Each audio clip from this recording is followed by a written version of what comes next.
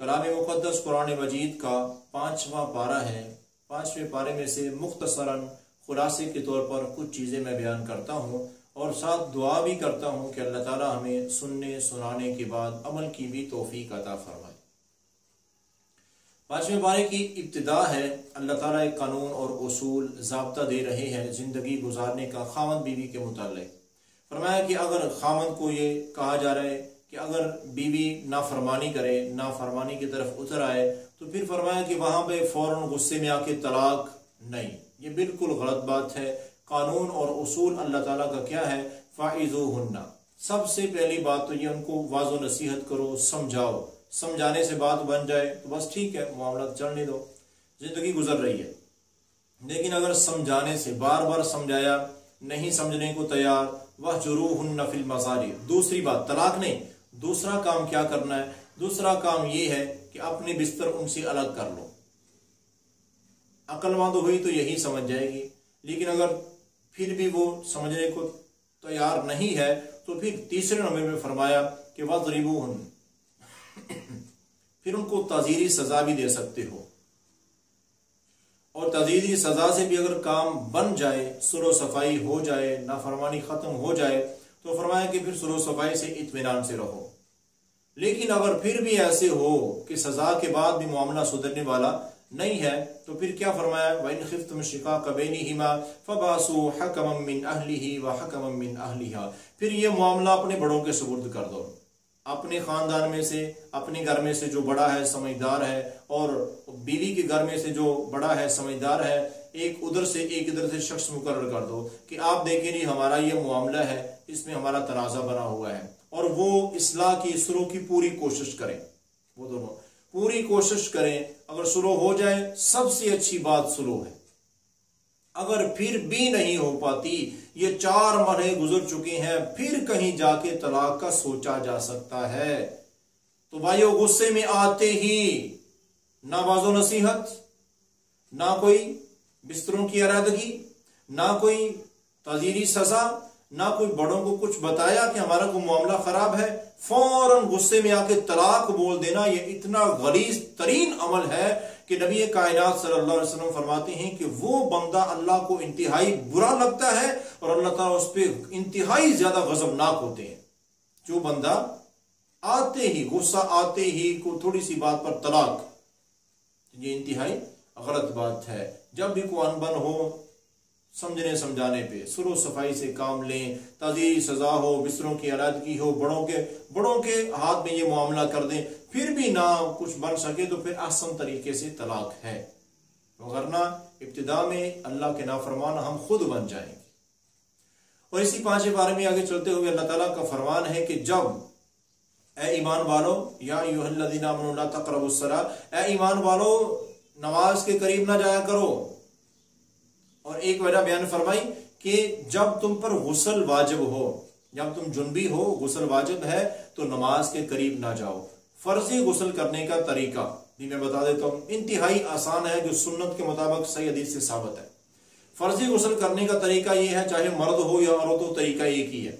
فرق صرف اتنا ہے، اگر عورت نے پہلے بال اس کے کھلے ہوئے ہیں تو کھلے بالوں کے ساتھ پورے سر کو دھوئے گی، اگر بال کھلے ہوئے نہیں تھے، پہلے سے بال میڈیاں بنی ہوئی ہیں، بندھے ہوئے بال ہیں، تو پھر وہ 3 چلو ڈال لے گی، بس اتنی بات ہے، فرق صرف یہ ہے۔ اب طریقہ دیکھیں، فرضی غسل کرنے کا طریقہ یہ ہے کہ سب سے پہلے اپنے متاثرہ حصے کو دھویا جائے گا، کوئی کسی قسم کی جسم پر غلاظت نہیں، بالکل صاف ہو گیا۔ اب اس کے بعد اپنے ہاتھوں کو صابن سے دھو لیں، صابن سے ہاتھ دھونے کے بعد مکمل وضو جیسے نماز کے لیے کرتے ہیں ایسے پورا وضو کریں، اب ہاتھوں سے لے کر پاؤں تک یہ سارا وضو کر لیا۔ اس کے بعد ایک چلو پانی کا اپنے سر پہ ڈالیں اور بالوں کا خلال کریں، بال خشک نہیں رہنے چاہیے، دوسرا چلو، تیسرا چلو، 3 بار پانی سر پہ ڈالیں۔ اس کے بعد دائیں طرف پہلے پانی ڈالیں، پھر بائیں طرف پورے جسم کو دھو لیں، یہ غسل مکمل ہو چکا ہے۔ صابن یہاں شرط نہیں ہے، اگر صابن لگاتے ہیں تو اچھی بات ہے، ورنہ سادہ پانی سے غسل مکمل ہو چکا۔ یہ ہے سنت طریقہ غسل کرنے کا۔ اور اگر پانی نہ میسر ہو، بندہ سفر میں مسافر ہے، پانی نہیں ہے، اللہ تعالیٰ یہی تو فرما رہے ہیں نا اسی آیت مبارکہ میں، اگر تمہارے پاس پانی نہیں ہے فلم تجدوا ماء فتیمموا صعیدا طیبا، اگر تمہارے پاس پانی نہیں ہے، تم پانی استعمال نہیں کر سکتے، مسافر ہو پانی ہے نہیں، یا تم بیمار ہو پانی استعمال کرو بیماری بڑھتی ہے، تو پھر کیا کرو؟ اللہ تعالیٰ کا فرمان ہے پھر اس طرح کرو کہ مٹی استعمال کر لیا کرو۔ تو مٹی کیسے استعمال کرنی ہے؟ تیمم کیسے کرنا ہے؟ سنت طریقہ جو نبی کریم صلی اللہ علیہ وسلم نے بیان فرمایا، اپنے دونوں ہاتھ، بندہ جنبی ہے غسل کرنا تھا، غسل واجب تھا، کر نہیں سکتا، پانی ہے نہیں یا بیماری ہے، تو تیمم کا کیا طریقہ ہے؟ اپنے دونوں ہاتھوں کو بسم اللہ پڑھ کر زمین پر ایک بار مارنا ہے، کچی زمین پر مٹی پر یوں ایک بار ماریں، اس کے بعد ان کو جال لیں، پھونک ماریں، مٹی کے ذرات اڑ جائیں گے، پھر جو تھوڑی بہت جو گرد لگی ہوئی ہے وہ اڑ جائے گی، پھر اس کے بعد دونوں ہاتھوں کو ایک بار صرف اپنے چہرے پر پھیر لیا، اس کے بعد بائیں ہاتھ کو دائیں ہاتھ کی پشت پر اور دائیں ہاتھ کو بائیں ہاتھ کی الٹی سائڈ پر، لو جی یہ آپ کا غسل وضو سب مکمل ہے، نماز پڑھ سکتے، یہ ہے، اس کو تیمم کہتی ہیں جو اللہ قرآن مجید میں یہاں بتا رہے ہیں۔ اس سے آگے چلتے ہوئے اللہ تعالیٰ فرماتے ہیں فَإِن تَنَازَعْتُمْ فِي شَيْءٍ فَرُدُّوهُ إِلَى اللَّهِ وَالرَّسُولِ، 5ویں پارے کا یہ بڑا بہترین اصول اللہ نے دیا کہ جب بھی تمہارا کسی معاملے میں اختلاف پڑ جائے، کسی مسئلے میں اختلاف ہو گیا ہے، تو قرآن اور حدیث کی طرف فَرُدُّوهُ إِلَى اللَّهِ وَالرَّسُولِ، اللہ اس کے رسول کی طرف آ جاؤ، اگر تم مومن ہو تو، اگر مومن ہو اللہ اس کے رسول کی طرف آ جاؤ، جو اللہ اس کے رسول کہہ رہا ہے، باقی لوگوں کی، کوئی خطیب ہے، کوئی امام ہے، کوئی ولی ہے، کچھ بھی ہے، سب کو چھوڑ دو، صرف اللہ اس کے رسول کی، جہاں اختلافی مسئلہ بن کے دیکھو اللہ اس کا رسول کا کیا فرمان ہے، اس کے مطابق عمل کرو، اسی میں تمہاری کامیابی ہے۔ اور اس سے آگے چلتے ہوئے اللہ تعالیٰ کا فرمان ہے کہ من یشفع شفاعۃ حسنۃ یکن لہ نصیب منہا، دیکھو اچھے کاموں میں اللہ کیا فرماتے ہیں کہ اچھے کاموں میں اگر تم کسی کی سفارش کرتے ہو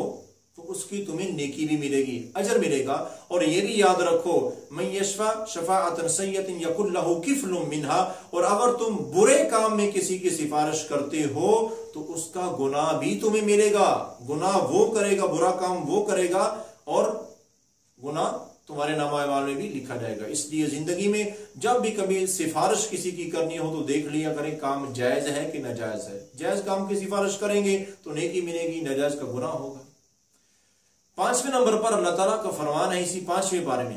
وَمَن يَقْتُلْ مُؤْمِنًا مُتَعَمِّدًا فَجَزَاؤُهُ جَهَنَّمُ خَالِدًا فِيهَا، فرمایا کہ جو کسی مومن کو قتل کر دیتا ہے، کسی ایک بندے کو قتل کرنا، کسی مسلمان مومن کو قتل کرنا کتنا بڑا گناہ ہے، فرمایا کہ اللہ تعالیٰ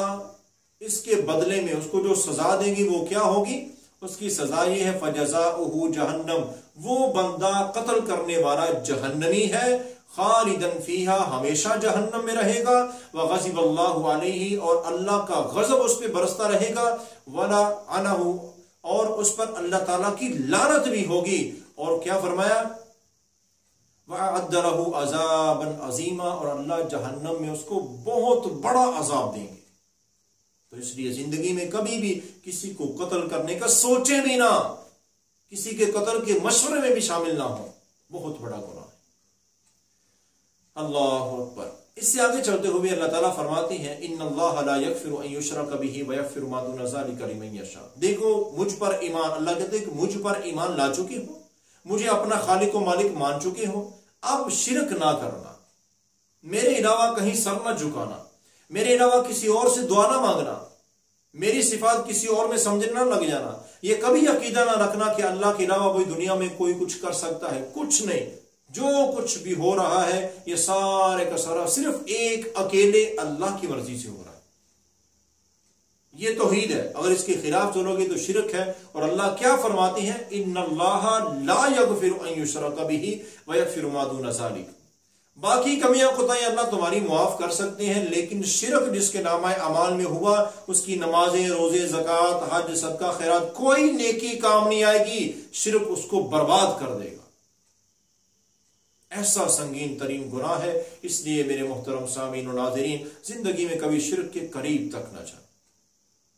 اور اسی 5ویں پارے کی آخر میں جا کے اللہ تعالیٰ کا فرمان ہے کہ اے ایمان والو یا ایھا الذین آمنوا کونوا قوامین بالقسط شہداء للہ، اللہ تعالیٰ فرماتے ہیں کہ دیکھو جب بھی کبھی بات کرنی نا ہمیشہ سچ بولنا ہے، انصاف کی بات کرنی، سیدھی بات کرنی ہے۔ وَلَوْ عَلَىٰ أَنفُسِكُمْ، اگرچہ وہ سچ تمہارے اپنے خلاف کیوں نہ ہو لیکن انصاف کی سیدھی سچی بات کرو۔